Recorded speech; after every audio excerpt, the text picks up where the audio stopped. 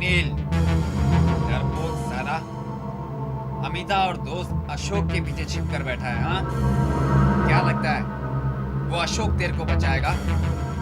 अबे तू मेरे हाथ से बचेगा नहीं। अबे ना, तू मेरी खोपड़ी खराब मत कर। अब मामला और भी खतरनाक हो गया है। बस अब मैं और सहन नहीं कर सकता हूँ। देख देख, तेरे पास 2 दिन बचे हैं, सिर्फ 2 दिन। मेरे को 2 दिन के ये आवाज अंदर किसी चाहिए, नौजवान की आवाज पैसे चाहिए, नहीं तो तू जानता पढ़ा है लिखा लगता है, मैं अमिता का शायद क्या हाल। शायद किसी कॉलेज का स्टूडेंट है। नाइट्रिक एसिड से उसका चेहरा जला दूंगा। और सुन, नाइट्रिक एसिड, मेरी दूसरी चिट्ठी का इंतजार करना। नाइट्रिक एसिड, समझा? ये नाइट्रिक एसिड क्यों? बताओ मैं। तुम्हारी बात सही भी हो सकती है, क्योंकि आम आदमी सिर्फ एसिड बोलता है और इस आदमी ने खास तौर पर नाइट्रिक एसिड बोला है। अब या तो ये किसी केमिकल्स के कंपनी में काम करता होगा या फिर ये किसी कॉलेज में स्टूडेंट होगा, क्योंकि कॉलेज के लेबोरेटरीज में नाइट्रिक एसिड काफी यूज होता है। इस कैसेट को हमारे साइको एनालिसिस डिपार्टमेंट भेज दो।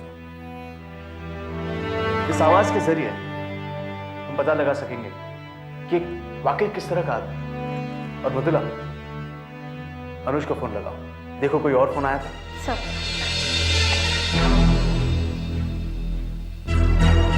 Hello hello. अनुज। हाँ, मैं अनुज बोल रहा हूँ।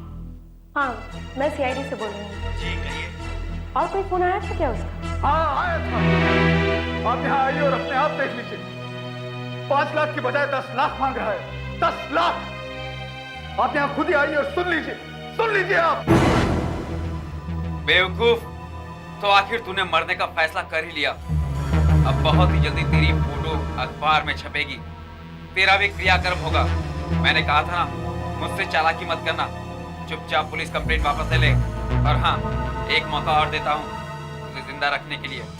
मुझे 10 लाख रुपए देने होंगे। अगर तुमने मना किया तो 10 लाख। समझा? अगर पैसे देने को तैयार है तो अपने बेडरूम की खिड़की से इंग्लिश मैगजीन का कवर फाड़ कर फेंक दे। अब मुझसे और सहा नहीं जाता। आज रात को मैं तेरा इंतजार करूंगा, समझा? अब बताइए, कैसे करेंगे आप हमारी हिफाजत? हमारी मुसीबत को सुलझाने के बजाय और उलझा दी है आपने। वो कैसे? कब से गार्ड कर रहे हैं आपकी सादी वर्दी वाले हमारा घर, और धमकियां तो बराबर आ रही है। वही नहीं, 5 लाख की बजाय अब 10 लाख की मांग कर रहे हैं वो लोग।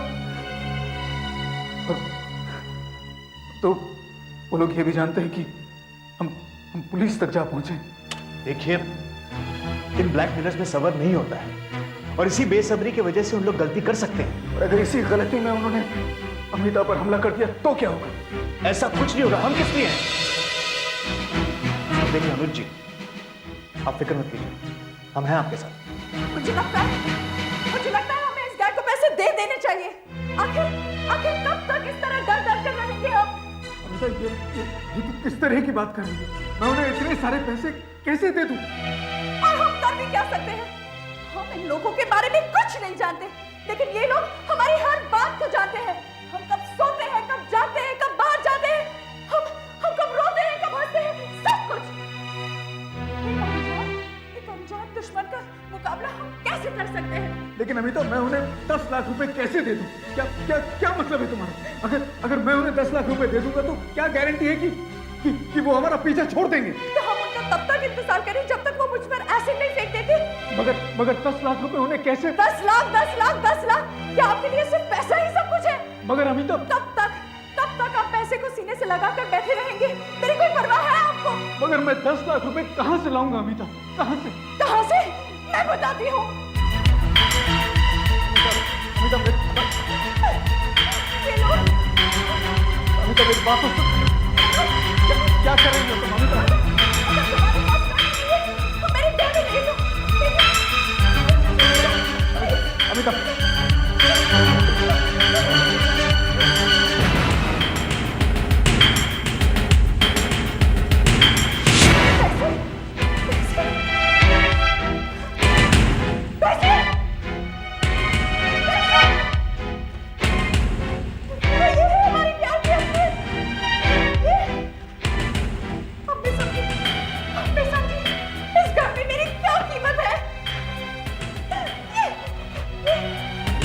अमिता, ये मेरे वो क्लाइंट्स के। झूठ मत बोलो, ये तो कम से कम 7-8 लाख रुपए है।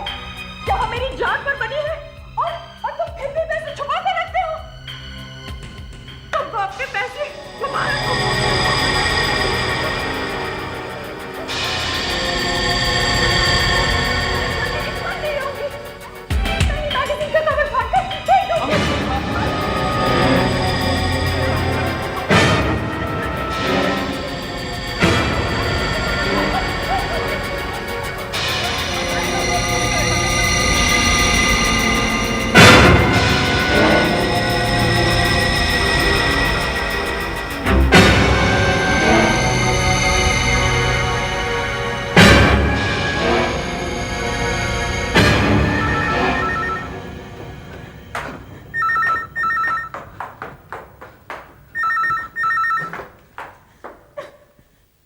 हेलो। मैगजीन का कवर मैंने नीचे गिरते हुए देख लिया है।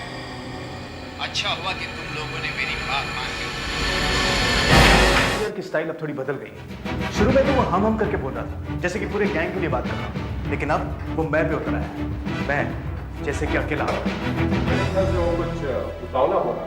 सर, फिर भी मुझे लगता है कि हमें मिस्टर अनुज और उनकी बीवी को थोड़ी और प्रोटेक्शन दे देनी चाहिए। सर,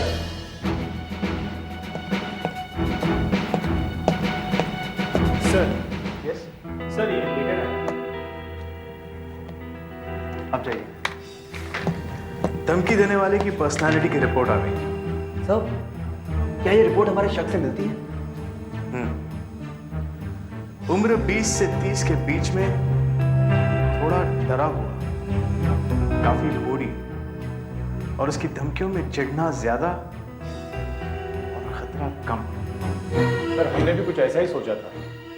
हाँ, अब मुझे वो धीरे धीरे हमारे जाल में फंसता हुआ नजर आ रहा है। क्या बिगाड़ा है मैंने तुम्हारा?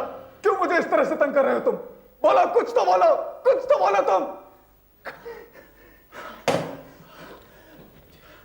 देखिए इंस्पेक्टर साहब, सुबह से यही हो रहा है। जैसे वो अनुज की या मेरी आवाज सुनता है तो फोन काट देता है। वो फोन काट देता है?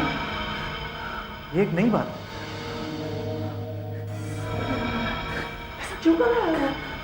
सुबह से 8-9 बार ऐसा हो चुका है, कोई बोलता ही नहीं है।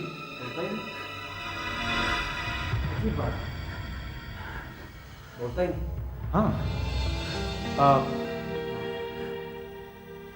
अमिता जी, आप लॉ पढ़ रही हैं? जी हाँ, क्यों?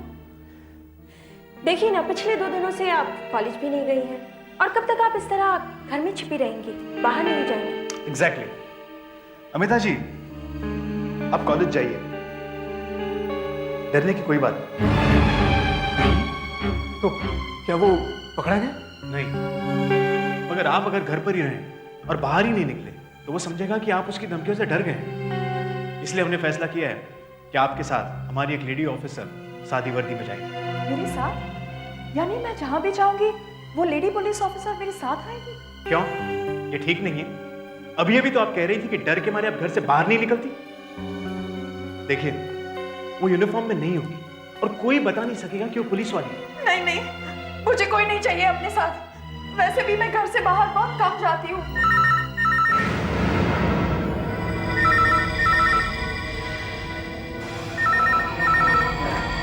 हेलो। हाँ, मैं बोल रहा हूँ कलकत्ता से। अरे, तू कलकत्ता में क्या कर रहा है? वो लोग तैयार हो गए? That's great। हाँ, मैं 4000 शेयर्स का इंतजाम करवा दूंगा। अरे, ये तो बहुत बड़ी डील है। अरे, लाखों की है। हाँ, मैं जरूर आऊंगा। क्या कहा? अभी? इसी वक्त? अरे लेकिन टिकट्स का इंतजाम हो गया है, एयरपोर्ट पर है। कितने बजे की फ्लाइट है? 1.5 घंटे में? हाँ, मैं आता हूं। हाँ, वहां पहुंचने के बाद तुझे फोन जरूर करूंगा। Okay, bye. इंस्पेक्टर साहब, वो कैलकाटा वाली मेरी डील निकल आएगी। देखिए, 20 लाख का मामला है और कई दिनों से इसके बारे में बात चल रही है। मुझे आज अभी इसी वक्त जाना होगा। लेकिन आपकी जगह कोई और नहीं जा सकता? इतनी टेंशन है यहाँ पर और आप नहीं इंस्पेक्टर साहब, मेरे अलावा और कोई नहीं जा सकता, मुझे ही जाना होगा। Amitabh, I am very sorry, लेकिन मुझे जाना ही होगा। इस टेंशन में तुम मुझे अकेला छोड़कर जा रहे हो? और तुमसे उम्मीद भी क्या की जा सकती है? हम हैं ना आपके साथ, जस्ट रिलैक्स। मैं चल रहा हूँ तुम्हारे साथ एयरपोर्ट तक। फटाफट चलो, अपने पेपर साथ ले लेना। चलो।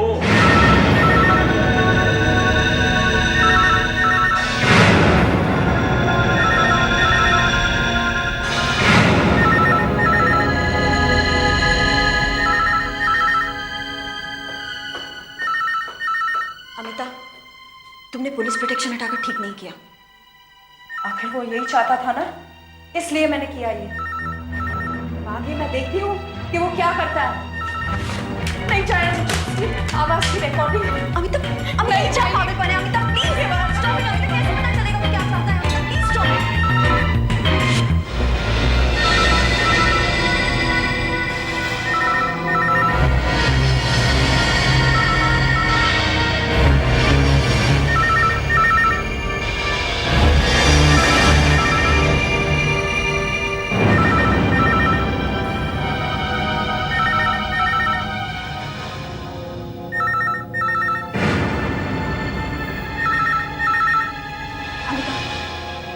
प्लीज फोन मत उठाना। अमिता, हम लोग घर में अकेले हैं। अमिता प्लीज। अमिता, अमिता नहीं, मैं देखना चाहती हूँ कि वो क्या चाहता है। हेलो हेलो, आखिर तुम क्या चाहते हो? क्यों हमारे पीछे पड़े हो? मेरे चेहरे पर एसिड फेंकना चाहते हो ना? लो फेंको, फेंको। बताओ तुम मुझे कहां मिलना चाहते हो?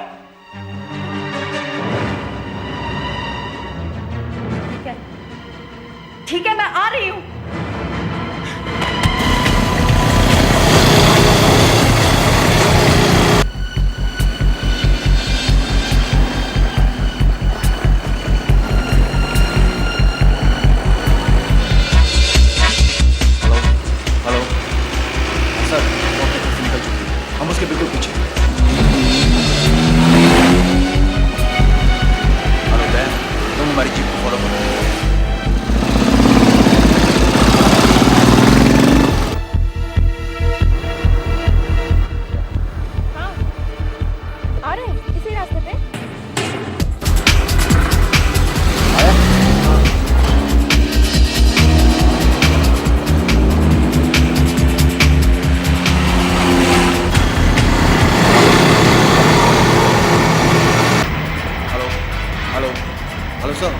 सर आप दया को मोटरसाइकिल लेकर आगे जा रहे हैं और आप हमारे पीछे आइए। Right sir.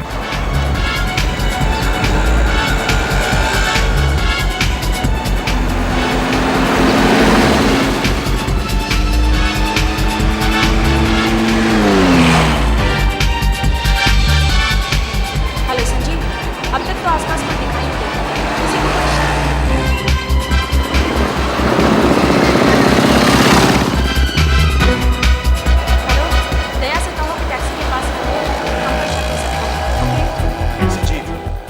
सिग्नल से मैं लेफ्ट जा रहा हूं। मुझे लगता है वो भी लेफ्ट जाएगी। एसवी रोक उस पर नजर रखो।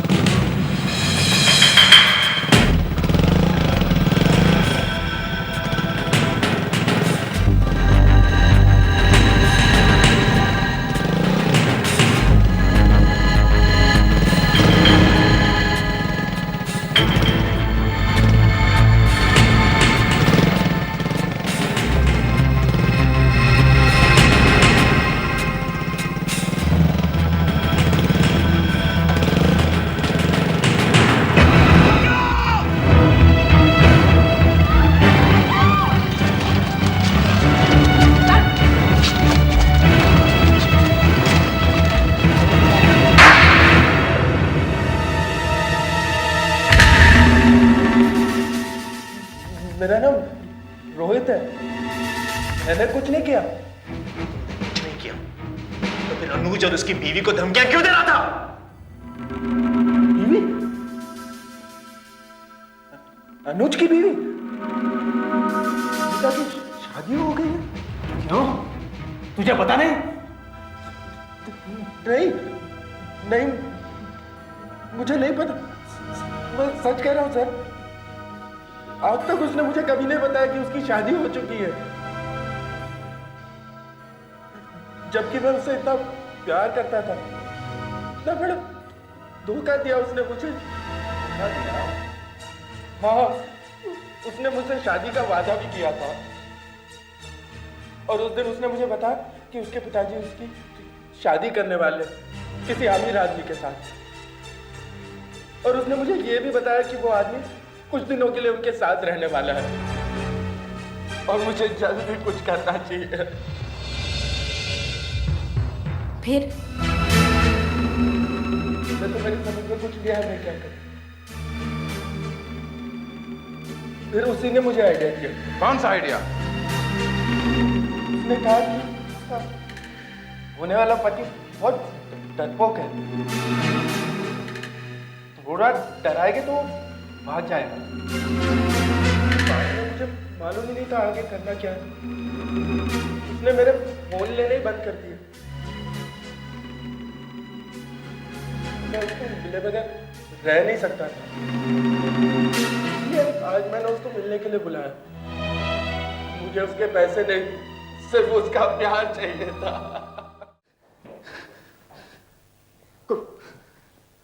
कोई मुझे बताएगा यहाँ पर क्या हो रहा है? सिक्योरिटी वालों ने मुझे एयरपोर्ट पर 2 घंटे तक बिठा कर रखा। मेरी फ्लाइट भी मिस हो गई। Mister Anuj, I am sorry. आपको कलकत्ता बुलाने वाला फोन मैंने ही करवाया था। मगर लेकिन फोन तो मेरे दोस्त ने कलकत्ता से किया था।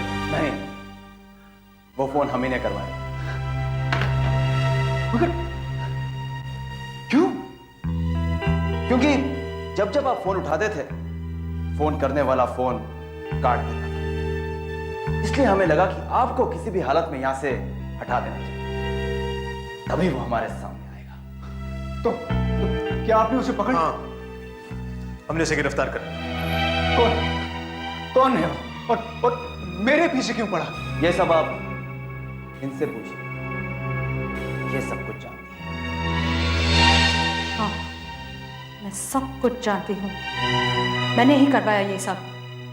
उसी को पहली चिट्ठी इन्होंने ही डाली थी लेटर बॉक्स में। सब बिल्कुल प्लान के मुताबिक चल रहा था, मगर वो बेवकूफ रोहित बार बार फोन करने लगा।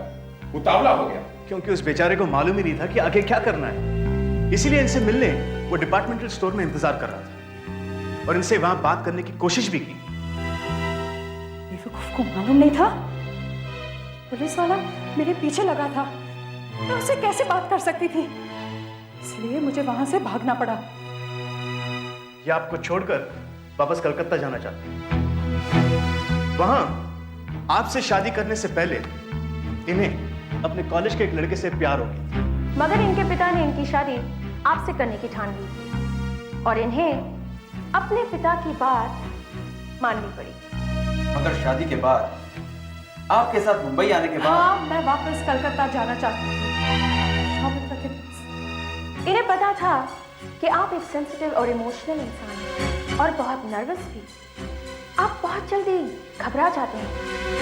आपको हाइपरटेंशन है और आपका ब्लड प्रेशर भी बहुत ज्यादा है। और फिर आपकी पत्नी ने एक प्लान बनाया। पहले तो आपको डरा डरा कर एक नर्वस रेक बना, बिल्कुल पागल सा।